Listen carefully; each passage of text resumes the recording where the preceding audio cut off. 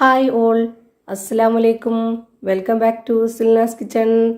ഇന്നത്തെ റെസിപ്പി റവ വെച്ചിട്ട് നല്ല ടേസ്റ്റി ആയിട്ടുള്ള ക്രിസ്പി ആയിട്ടുള്ള ഒരു അടിപൊളി ഈവനിങ് സ്നാക്സിന്റെ റെസിപ്പിയാണ്.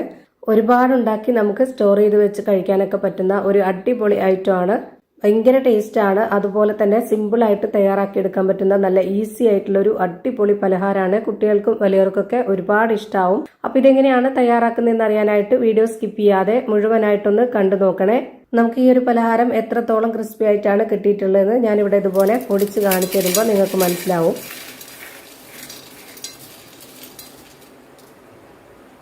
നല്ല മുരാതിരിക്കുന്ന നല്ല അടിപൊളി ടേസ്റ്റി ആയിട്ടുള്ള ഒരു പലഹാരമാണ്. അപ്പോൾ ഇതെങ്ങനെയാണ് തയ്യാറാക്കുന്നതെന്ന് നോക്കാം. റെസിപ്പിയിലോട്ട് അടക്കുന്നതിന് മുമ്പായി സിൽനാസ് കിച്ചൺ ചാനൽ ആദ്യമായിട്ട് കാണുന്നവരാണെങ്കിൽ പ്ലീസ് ഒന്ന് സബ്സ്ക്രൈബ് ചെയ്തേക്കണേ. ഒപ്പം തന്നെ ഈ വീഡിയോസ് നിങ്ങൾക്ക് ഇഷ്ടപ്പെടുകയാണെങ്കിൽ ഒരു ലൈക്ക് ചെയ്ത് ഷെയർ ചെയ്ത് സപ്പോർട്ട് ചെയ്യാനും മറക്കരുത്. ഇനി നമുക്ക് ഇതെങ്ങനെയാണ് തയ്യാറാക്കുന്നതെന്ന് നോക്കാം. അപ്പോൾ ഇത് തയ്യാറാക്കാനായിട്ട് ആദ്യം തന്നെ ഒരു കടായി സ്റ്റൗവിലേക്ക് വെച്ച് ഫ്ലെയിം ഓൺ ആക്കി കൊടുത്തിട്ടുണ്ട്. ഇതിലേക്ക് 250 ml കപ്പിന്റെ അളവിൽ 2.5 കപ്പ് വെള്ളം ഒഴിച്ചു കൊടുക്കുന്നുണ്ട്. ഇനി ഇത് നല്ല പോലെ ഒന്ന് തിളച്ച് വരണം. അതിന്റെ കൂടെ തന്നെ നമുക്കിതിലേക്ക് ഒരു 30 മില്ലി അളവിൽ ഓയിൽ ഒഴിച്ചു കൊടുക്കാം.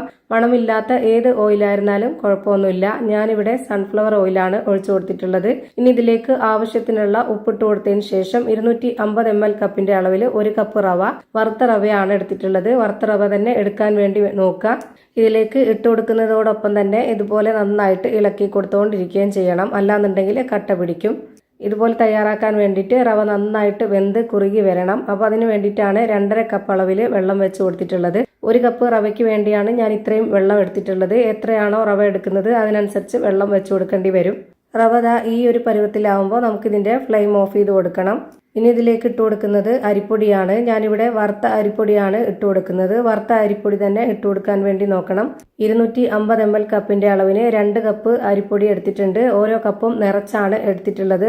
നമുക്കിതെല്ലാം ചൂടോടെ തന്നെ കുഴച്ചെടുക്കാനുള്ളതാണ്. അതുകൊണ്ടാണ് ഈ ഒരു ചൂട് സമയത്ത് തന്നെ ഇതിലേക്ക് പൊടിയൊക്കെ ഇട്ട് കൊടുത്തിട്ടുള്ളത്.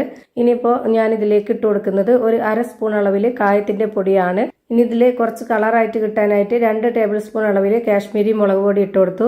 പിന്നെ 1/2 സ്പൂൺ അളവിൽ സാദാ മുളക് പൊടിയും ഇട്ട് കൊടുത്തിട്ടുണ്ട്. എരിവൊക്കെ ഓരോരുത്തരുടെ ഇഷ്ടത്തിനനുസരിച്ച് കൂട്ടിയും കുറച്ചൊക്കെ ഇട്ട് കൊടുക്കാം. ഇനി ഇത് നന്നായിട്ടൊന്ന് ചൂടോടുകൂടെ തന്നെ കുഴച്ചെടുക്കാം. നമ്മളിത് കൈകൊണ്ട് കുഴച്ചെടുക്കുമ്പോൾ ഭയങ്കര ബുദ്ധിമുട്ടാണ്, നല്ല ചൂടായതുകൊണ്ട്.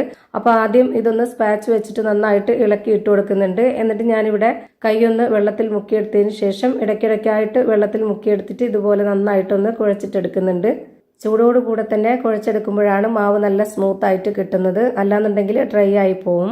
നമ്മൾ ഇടയ്ക്കിടയ്ക്കായിട്ട് ഈ കൈയൊന്ന് വെള്ളത്തിൽ മുക്കിയതിന് ശേഷം ഇതുപോലെ നന്നായിട്ടൊന്ന് കുഴച്ചിട്ടെടുക്കാം. അപ്പോൾ നമുക്കിതിന്റെ ചൂട് അത്ര വലുതായിട്ട് തോന്നത്തില്ല. അതുമല്ല, നമ്മൾ കുഴച്ച് വരുമ്പോൾ ആ ഒരു ചൂട് ഒരു പ്രശ്നമായിട്ട് തോന്നില്ല. ഇപ്പോൾ ഞാനിതാ ഈ ഒരു പരുവത്തിൽ നന്നായിട്ട് കുഴച്ചെടുത്തിട്ടുണ്ട്. ഇനി നമ്മുടെ കയ്യിൽ കുറച്ച് ഓയിലൊന്ന് തടവിയതിന് ശേഷം ഇതിൽ നിന്ന് കുറച്ച് മാവ് എടുത്തിട്ട് ഇതേപോലെ ഒന്ന് റോൾ ചെയ്തിട്ട് എടുക്കാം. ഇപ്പം ഇത് കയ്യിലെടുക്കുമ്പോൾ തന്നെ നിങ്ങൾക്ക് കാണുമ്പോൾ മനസ്സിലാവുന്നുണ്ടാവും എത്രത്തോളം നല്ല സ്മൂത്ത് ആയിട്ട് സോഫ്റ്റ് ആയിട്ടാണ് ഈ മാവ് കുഴച്ച് റെഡിയാക്കി എടുത്തിട്ടുള്ളതെന്ന്. റവ ഇതുപോലെ വേവിച്ചെടുത്തതിന് ശേഷം നമ്മൾ ഇതുപോലെ മാവ് തയ്യാറാക്കുമ്പോൾ ഭയങ്കര സോഫ്റ്റ് ആയിട്ടും സ്മൂത്ത് ആയിട്ടും നമുക്ക് മാവ് കിട്ടും. അതുപോലെ നമ്മൾ പത്തിരിക്കോ ചപ്പാത്തിക്കോ ഒന്ന് കുഴച്ചെടുക്കുന്ന പോലെ ഒരുപാട് ബുദ്ധിമുട്ടി കുഴച്ചെടുക്കേണ്ട ആവശ്യമില്ല. പെട്ടെന്ന് കുഴഞ്ഞു കിട്ടും. ഞാനിതുപോലെ ഓരോ പീസായിട്ട് ഇതുപോലെ റോൾ ചെയ്ത് വെച്ചിട്ടുണ്ട്. ഇനി ഇതുപോലൊരു സ്റ്റീൽ പ്ലേറ്റ് എടുത്തിട്ട് അതിന്റെ ബാക്ക് വശത്ത് ഇതുപോലെ കുറച്ച് ഓയിൽ ഒന്ന് തടവി കൊടുക്കുന്നുണ്ട്. കുറച്ചധികം ഓയിൽ എടുത്തിട്ട് ഇതുപോലെ ഒന്ന് സ്പ്രെഡ് ആക്കണം. ഇനി ഞാനിവിടെ ഇടിയപ്പത്തിന്റെ നമ്മുടെ സേവനാഴി എടുത്തിട്ടുണ്ട്. അതിലേക്ക് ഇതുപോലെ കുറച്ച് വലിപ്പത്തിലുള്ള ഹോളുള്ള ഒരു അച്ച് ഇട്ട് കൊടുത്തിട്ട് ഇതുപോലെ ഒന്ന് ടൈറ്റ് ചെയ്ത് കൊടുക്കാം.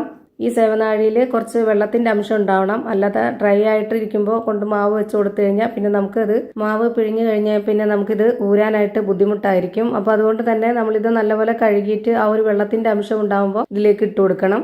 ഞാനിപ്പോൾ ഇതാ ഫുള്ളായിട്ട് മാവ് ഇതുപോലെ വെച്ച് കൊടുത്തതിന് ശേഷം ഇതൊന്ന് കറക്റ്റ് ടൈറ്റ് ചെയ്ത് കൊടുക്കുന്നുണ്ട്. ഇനി നമുക്ക് നേരത്തെ എണ്ണ തടവി വെച്ചിരുന്ന ആ ഒരു സ്റ്റീൽ പ്ലേറ്റിന്റെ മുകളിലാണ് ഇത് ഇതുപോലെ പിഴിഞ്ഞു കൊടുക്കേണ്ടത്. ഞാനിപ്പോൾ ഇവിടെ ഒരുപാട് വലിപ്പത്തിലല്ല, ഒരു മീഡിയം വലിപ്പത്തിലാണ് ഇവിടെ ഇതുപോലെ പിഴിഞ്ഞെടുക്കുന്നത്. ഓരോരുത്തർക്കും എത്ര വലിപ്പത്തിലാണോ ഏത് ഷേപ്പിലാണോ വേണ്ടത് അതുപോലെ തയ്യാറാക്കി എടുക്കാവുന്നതാണ്. ഇപ്പം ഞാനിതാ ഇത് സ്പാച്ചിലേക്ക് ഇതുപോലെ ഒന്ന് ചരിച്ചു കൊടുക്കുമ്പോൾ തന്നെ പെട്ടെന്ന് ഇതിലേക്ക് കിട്ടും. ഒരുപാട് ഓയിലൊന്ന് സ്പ്രെഡ് ആക്കിയത് കൊണ്ടാണ് ഇത്ര പെട്ടെന്ന് കിട്ടിയത്. ഇപ്പം ഞാനിതാ ചൂടായി വന്ന എണ്ണയിലേക്ക് ഓരോന്നോരോന്നായിട്ട് ഇട്ട് കൊടുത്തു. എന്നിട്ട് ഒരു മീഡിയം ഫ്ലെയിമിലാണ് വെച്ച് കൊടുത്തിട്ടുള്ളത്. ആ ഫ്ലെയിമിൽ തന്നെ എല്ലാം വെച്ച് കൊടുത്തിട്ട് വേവിച്ചെടുക്കുക. എങ്കിലാണ് തിരിച്ചും മറിച്ചൊക്കെ ഇട്ട് കൊടുത്തിട്ട് വേവിച്ചെടുക്കുമ്പോൾ എല്ലാം ഒരേ പരുവത്തിൽ കിട്ടുന്നത്. അപ്പോൾ ഇവിടെ എല്ലാം വെന്ത് കിട്ടിയിട്ടുണ്ട്. ഇനി നമുക്ക് എണ്ണയിൽ നിന്ന് കോരി മാറ്റാം. ഒട്ടും തന്നെ എണ്ണ കുടിക്കാത്ത നല്ല ടേസ്റ്റി ആയിട്ടുള്ള ഒരു അടിപൊളി പലഹാരമാണ്. എന്തായാലും ഒന്ന് ട്രൈ ചെയ്ത് നോക്കണം. ചൂടാറിയതിന് ശേഷം ഇത് എയർടൈറ്റ് ചെയ്ത് വെച്ചിരുന്നു കഴിഞ്ഞാൽ നമുക്കിത് ആവശ്യത്തിനനുസരിച്ച് എടുത്ത് കഴിക്കാവുന്നതാണ്. 1-2 ആഴ്ചയൊക്കെ അതുപോലെ ഇരിക്കും, നല്ല ക്രിസ്പി ആയിട്ട് തന്നെ.